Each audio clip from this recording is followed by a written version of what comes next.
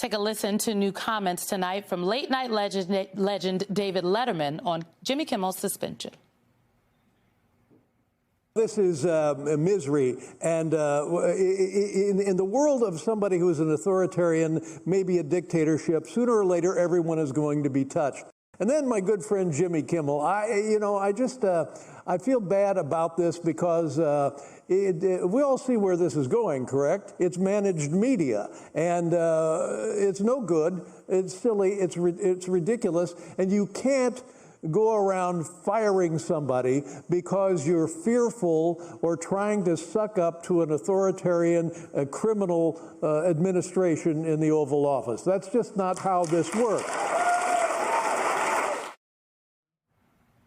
David Letterman. First of all, shout out to The Atlantic for having their festival at just the right time. Talk about divine intervention right there. Well, you know, David touched on for me a very interesting aspect of this, because when I was listening to him, you know what I thought of? I thought of the fact that not too long ago, the United States of America would be raising the alarm bell if they saw what's happening here happening elsewhere around the country, around the globe. They would make sure through the State Department, through USAID, through all of its organs, that, you know, this idea of freedom of speech, freedom of association, freedom to live your life would be a paramount argument to make in that moment.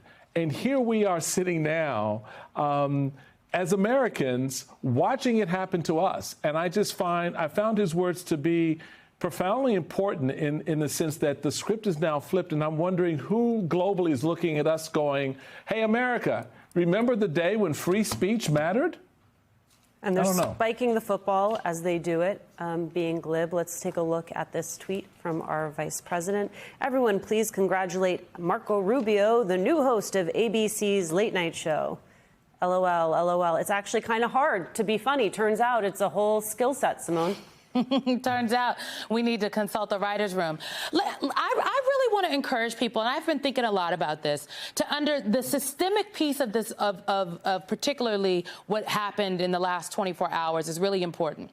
You know, when the administration attacked the universities, right, Harvard, Columbia, go down the line, they went at Harvard's particularly ability to issue visas to foreign students, things that Harvard could take directly to the court and have them to remedy, which is why the schools that capitulated, a lot of, you know, folks in the pro-democracy coalition said, well, hey, you could fight this in the courts and you are on solid ground. What happened yesterday is very chilling for this reason.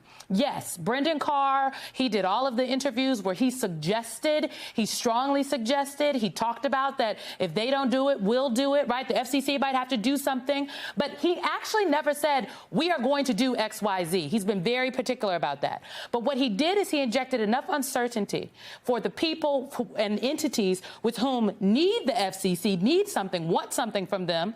Nexstar wants a merger. Sinclair wants to buy up more stations. They all need FCC approval to do that. And they acted upon the concern of what was being suggested. Disney then acted upon what Nexstar and Sinclair were planning to do.